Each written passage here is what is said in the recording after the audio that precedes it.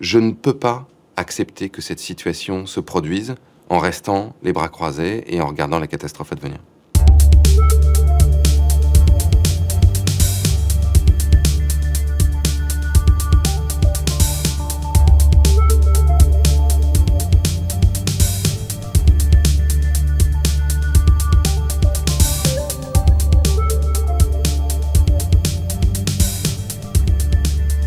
Bonjour.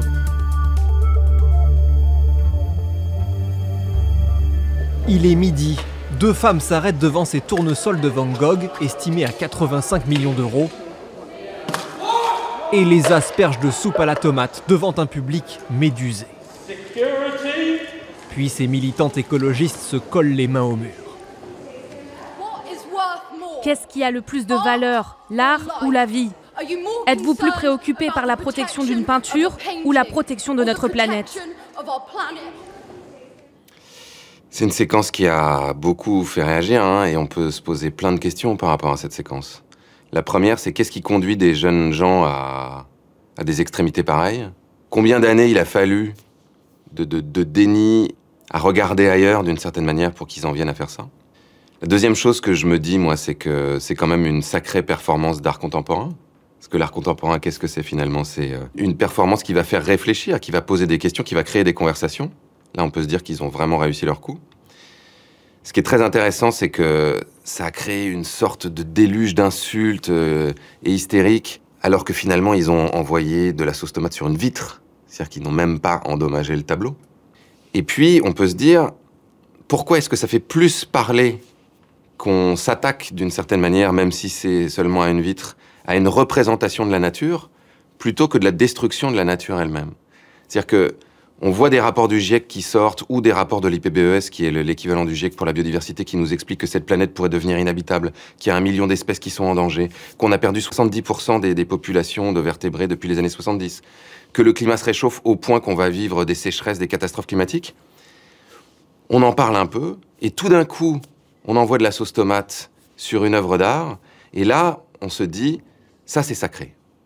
Donc d'une certaine manière, on considère que la représentation de la nature par des êtres humains, par des artistes, est plus sacrée que la nature elle-même à laquelle nous devons la vie. Et pour toutes ces raisons-là, je pense qu'ils ont vraiment, vraiment bien fait de lancer cette action. Finalement, qu'est-ce qui est violent? Est-ce que c'est de saboter un pipeline ou est-ce que c'est de construire un pipeline? Sachant qu'aujourd'hui, par exemple, quand Total va construire cet immense pipeline en Ouganda qui va déverser des millions de tonnes de CO2 dans l'atmosphère, ça va avoir des conséquences dramatiques sur le climat, mais donc ça va avoir des conséquences dramatiques sur des gens. C'est-à-dire que des gens vont mourir des conséquences du changement climatique. Des gens vont devoir migrer, des gens vont manquer d'eau. Ben moi, je crois que ça, c'est infiniment plus violent que des militants qui vont essayer d'empêcher que ce tuyau soit construit ou qui vont essayer de le saboter une fois qu'il l'est. Et moi, je me suis rendu compte que quand on montre uniquement les choses qui vont mal, ça déclenche des réflexes de peur, de déni, de fuite, et qu'on a besoin d'avoir un horizon vers lequel aller, un projet de société, et de montrer les solutions, puisqu'on connaît presque toutes les solutions à tous nos problèmes. Et on voulait faire un film qui soit vraiment grand public, qui soit un vrai film de cinéma, qui raconte une histoire, et en même temps, où quand on connaît rien à tous ces sujets-là, on puisse apprendre des tas de choses. Ce qui m'est beaucoup apparu pendant toutes ces années où j'étais militant écologiste, c'est que simplement décrire la catastrophe, ça crée une sorte d'effet de sidération. Les gens sont écrasés par l'ampleur du problème et par le sentiment d'être tout petit. Donc, montrer des gens qui sont dans une démarche créative et dans une démarche constructive, ça réveille quelque chose en nous qui peut avoir envie d'aller dans le même sens. Bon, en l'occurrence, ça a mis quand même beaucoup plus de temps que ce que j'imaginais, parce que ça a commencé très très très doucement.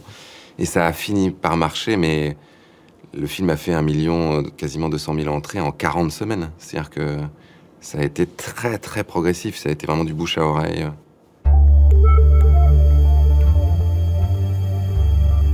Le référendum, c'est une décision qui est à ma main, donc je peux tout à fait la mettre au référendum, mettre une décision, une proposition que vous allez faire au référendum.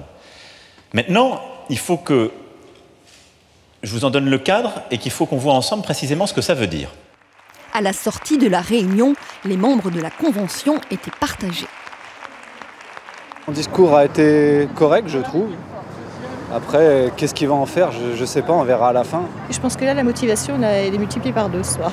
Ils ne pourront pas tout mettre à la poubelle, c'est pas possible. Sinon, ça veut dire que la convention, c'était bidon, quoi. Est-ce que c'était bidon? C'est ça la question. Quand j'ai été rencontrer Emmanuel Macron au mois de février 2019, je crois, avec Marion Cotillard, la conversation qu'on a eue, c'est « Je sais, et vous savez, que les mesures qu'il faudrait prendre pour résoudre la crise climatique, vous ne les prendrez pas. D'une part parce que ça va à l'encontre d'un certain nombre d'intérêts économiques qui vous ont porté au pouvoir. De l'autre parce que certaines de ces décisions sont très impopulaires et que vous avez envie d'être réélu, donc vous ne prendrez pas ce risque-là. Et puis parce que, malheureusement, vous vivez encore dans un logiciel qui est celui du XXe siècle. Je pense que la seule solution, c'est de remettre, en fait, le problème à la population française. C'est comme si, allégoriquement, on se mettait tous autour d'une table, on se donnait tous le moyen de faire un constat commun, de se mettre d'accord, ok, qu'est-ce qui se passe? Est-ce qu'on est d'accord sur ce qui se passe? Et une fois qu'on est d'accord sur ce qui se passe, qu'est-ce qu'on est prêt à mettre en œuvre comme solution? Donc je dis, le faire pour 60 millions de personnes, c'est un petit peu compliqué. En revanche, on peut créer une assemblée de personnes tirées au sort, qui sont représentatives de toutes les réalités de la France, et on peut les faire travailler comme ça. C'est-à-dire leur faire un constat commun, les faire rencontrer des scientifiques, rencontrer des experts, rencontrer des gens qui sont représentatifs de tous les secteurs d'activité, et à partir de là, leur donner une mission qui est d'élaborer un plan pour que la France tienne ses objectifs climatiques. Donc ce qu'on peut reconnaître au gouvernement, c'est qu'ils nous ont laissé faire. Ils nous ont donné les moyens de le faire. C'est-à-dire qu'ils ont quand même investi 5 millions d'euros pour qu'on puisse le faire.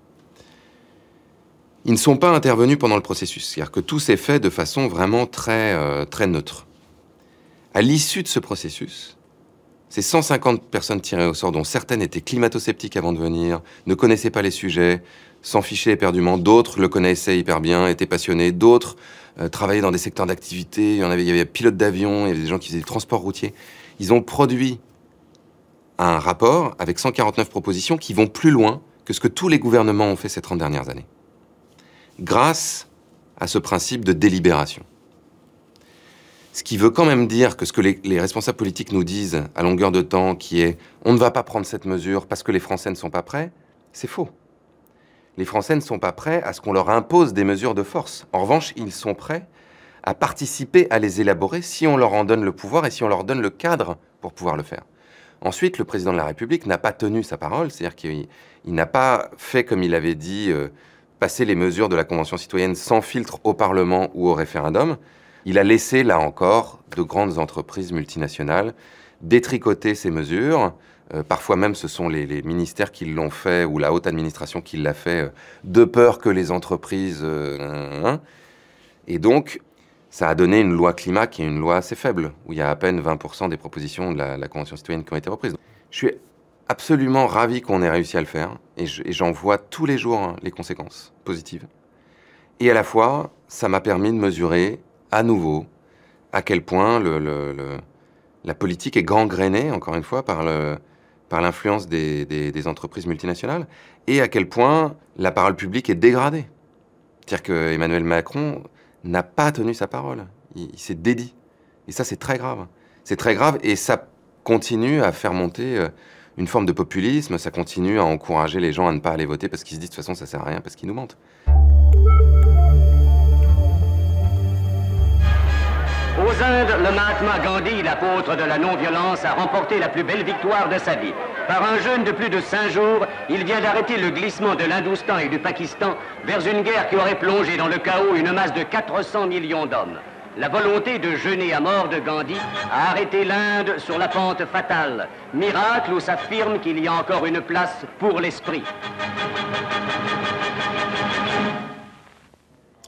Là encore, c'est intéressant hein, cette archive, parce que il y a Gandhi, il y a le mythe de Gandhi. Gandhi a remporté cette bataille sur plusieurs fronts, et pas tout seul, tout comme Martin Luther King. C'est-à-dire que pendant que Gandhi menait ses actions non violentes, il y avait tout un tas d'Indiens qui menaient des actions directes, qui sabotaient des lignes de train, qui mettaient des bâtons dans les roues autant qu'ils le pouvaient à l'Empire britannique. Et il y avait un récit différent qui commençait à s'élaborer, qui était que les Indiens valaient autant que les Anglais. Donc ça n'était pas des citoyens de seconde zone, et qu'ils étaient absolument capables de se gérer tout seuls, et qu'il n'y avait absolument pas besoin de l'Empire britannique pour le faire. Et puis là encore, il y a eu une circonstance historique. Quand est-ce que l'indépendance de l'Inde est intervenue? À la fin de la Seconde Guerre mondiale.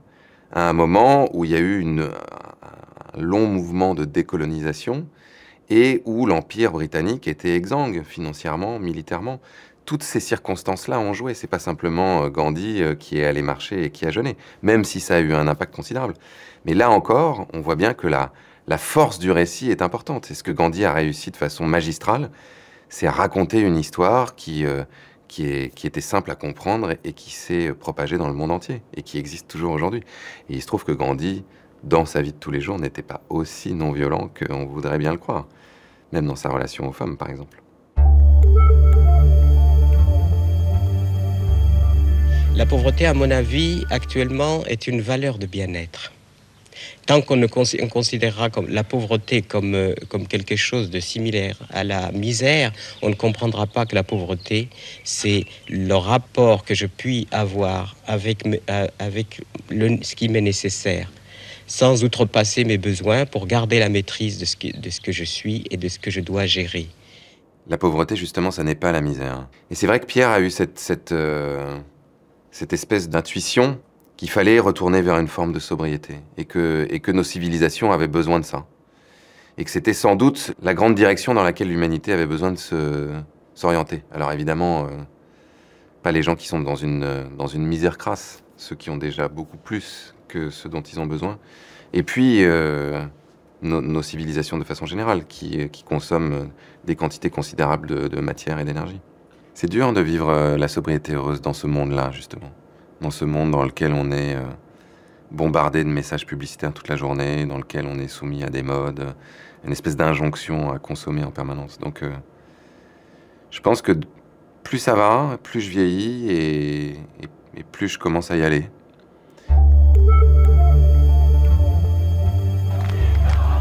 Pour la première fois ce matin, Yasser Arafat quitte son quartier général de Ramallah. Ce sont ses premiers pas d'homme libre après près de 5 mois de siège par l'armée israélienne. Dans une cohue indescriptible, le président de l'autorité palestinienne réussit à gagner une de ces rares Mercedes qui n'a pas été détruite durant le siège. Yasser Arafat, je l'ai rencontré en 2004. À l'époque, donc, je venais d'organiser un congrès israélo-palestinien avec une fondation qui s'appelle Homme de Parole, et on avait décidé d'organiser des congrès d'imams et de rabbins pour la paix. Ce qui a émergé de ce premier congrès israélo-palestinien qu'on a organisé, c'est que pendant les accords d'Oslo, les religieux n'avaient absolument pas été impliqués dans le processus de paix. Or, Yitzhak Rabin a été assassiné par un fanatique religieux juif, et on pense que Yasser Arafat n'a pas voulu signer les accords de Tabac en 1999 parce qu'il avait peur qu'il lui arrive la même chose. Donc on s'est dit, si les religieux s'impliquent, peut-être que ça va être le petit ingrédient qui pourrait permettre au processus de paix d'aller plus loin. Donc en 2003, on a organisé un premier congrès où on a rassemblé près de 400 religieux juifs et musulmans, les plus grands religieux juifs et musulmans du monde, et on les a mis dans un hôtel pendant 4 jours et on a essayé de voir ce qui se passait. Donc ce qui était quand même une expérience assez ahurissante, et eux-mêmes étaient ahuris, c'est-à-dire que quand ils se regardaient les uns les autres, ils avaient du mal à croire qu'ils étaient dans la même pièce. Et donc entre les deux congrès, donc on en a fait un premier à Bruxelles, on en a fait un second à Séville, puisque Séville est une sorte de haut lieu de la vie en commun des juifs et des musulmans. On a voulu faire sortir des imams de Gaza, pour la première fois de leur vie. Et pour ça, on a été rencontrer Yasser Arafat pour qu'il leur donne l'autorisation de le faire. Et on s'est retrouvés à la Moukata, à Ramallah, donc dans ce quartier général qui est à moitié détruit, et qui laissait détruit d'ailleurs pour les caméras, c'est-à-dire qu'il laissait la moitié du bâtiment effondré, pour que quand les médias viennent, ils puissent voir les stigmates des attaques israéliennes. Il y avait des piles de voitures complètement concassées, écrabouillées les unes sur les autres. On rentrait dans une espèce de méchant couloir avec des néons, et on se retrouvait dans une pièce à attendre sur des vieilles chaises. Et donc là, je me souviens du chef de protocole d'Arafat qui nous montrait 3 types en train de regarder la télé sur un vieux matelas à ressort en nous disant donc lui c'est le ministre de l'Intérieur, lui c'est le ministre de l'Éducation. Et donc moi j'avais 25 ans, je regardais ça, je me disais qu'est-ce que c'est que cette histoire. Et Arafat nous a reçus après l'œil mouillé, en nous prenant dans ses bras. Donc il y a une espèce de sentiment un peu étrange de se dire qu'est-ce que je suis en train de faire, qu'est-ce qui se passe, est-ce que ce type est un chef de guerre, est-ce que c'est un terroriste, est-ce que c'est au contraire quelqu'un qui veut la paix et qui est un héros pour son peuple, et donc avec tous ces sentiments mêlés. Et pendant une demi-heure, il nous a raconté des histoires. C'est-à-dire que nous, on venait négocier, et lui nous racontait des histoires. Et puis à la fin, il a fini par accepter que les imams palestiniens viennent, et on a pu organiser ce deuxième congrès. J'ai pas cru pouvoir faire la paix au Moyen-Orient, mais ça m'intéressait. Ça m'intéressait de faire quelque chose qui pourrait avoir un impact sur le monde. Moi, j'entendais parler du conflit israélo-palestinien depuis que j'étais tout petit. Je sortais d'une petite déception d'une carrière de comédien où je trouvais pas tout le sens que j'aurais voulu mettre dans mon métier. Et je me suis dit, allez, ça va être l'aventure. Ça va être l'aventure, et puis si ça se trouve, ça peut être utile d'une façon ou d'une autre.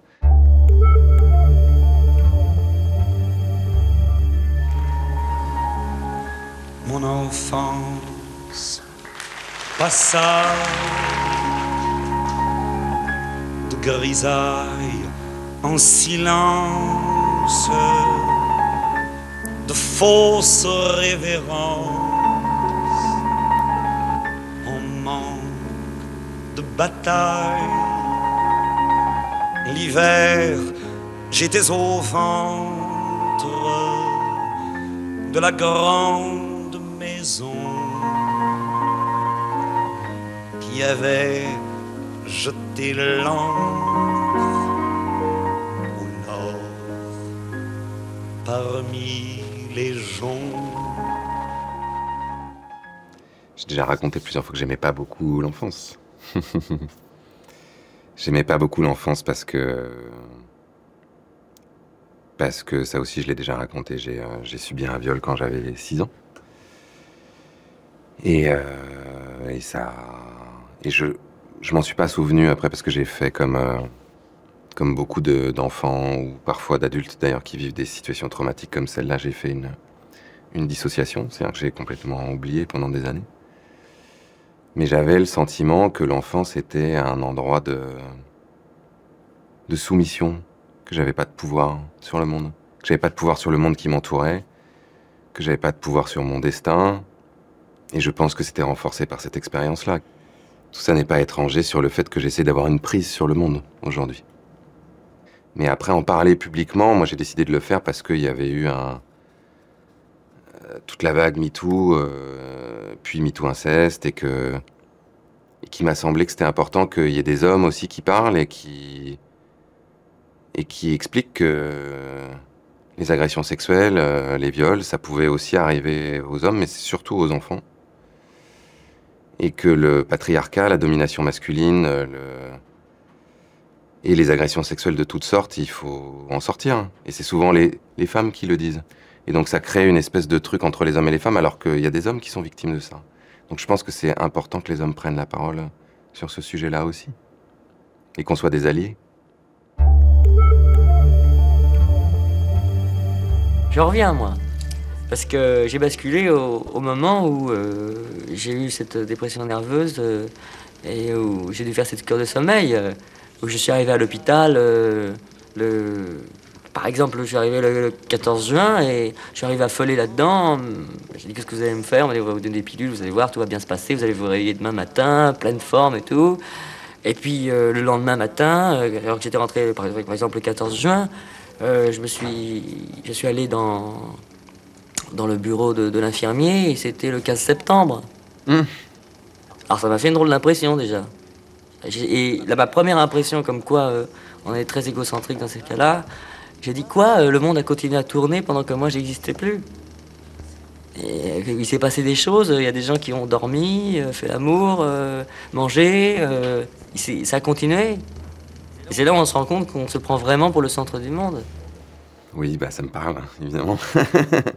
Moi, j'ai fait un gros burn-out en 2012 parce que j'ai été dans une espèce de syndrome de chevalier blanc et de militantisme sacrificiel, et avec l'idée qu'il fallait sauver le monde. Je pensais pas que j'allais le sauver à moi tout seul, hein, mais avec l'idée qu'il fallait sauver le monde, mais sauf que on sauve pas le monde avec ses petits bras, que c'est une tâche qui n'a pas de fin. Donc on peut travailler 90 heures par semaine et puis tout va toujours mal. Et puis voilà, et puis je me suis effondré et ça m'a permis de comprendre plusieurs choses. Ça m'a permis de comprendre d'abord que j'essayais de me réparer moi-même en réparant le monde et que ça marchait pas très bien, qu'il valait mieux que j'essaie de regarder ce qui n'allait pas. Et puis que j'étais pas au bon endroit, qu'en fait j'avais besoin de créer profondément et que là j'étais en train de faire de la gestion. Donc du coup j'ai démissionné j'ai quitté 2 CDI et je me suis dit il faut que je me remette à créer. Et donc c'est à ce moment-là que j'ai publié un recueil de poèmes là, qui s'appelle Assis sur le fil, et puis que j'ai décidé de faire demain, sans savoir si ça allait marcher, en empruntant des sous, et heureusement que ça a marché, parce que sinon j'aurais été un peu à poil.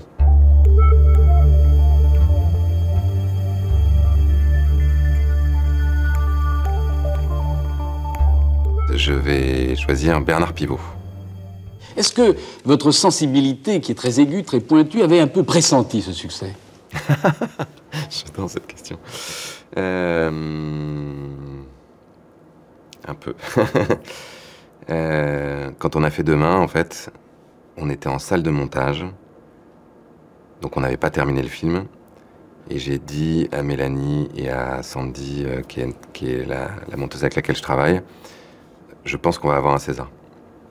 Et ils m'ont dit, ta gueule, finis déjà le film et puis on verra plus tard. Là, par exemple, vous mettez une photo du Festival de Cannes. Quand j'étais jeune comédien et que je faisais mes études d'art dramatique au cours Périmonie, j'aurais jamais pensé qu'un jour je serais au Festival de Cannes devant, je sais pas, une centaine de photographes. J'aurais jamais pensé ça. Il y a plein de moments de ma vie où je me pince un peu, hein, où je me demande ce qui s'est passé pour en arriver là. Mais c'est bien. Je me dis que je me suis pas ennuyé en tout cas.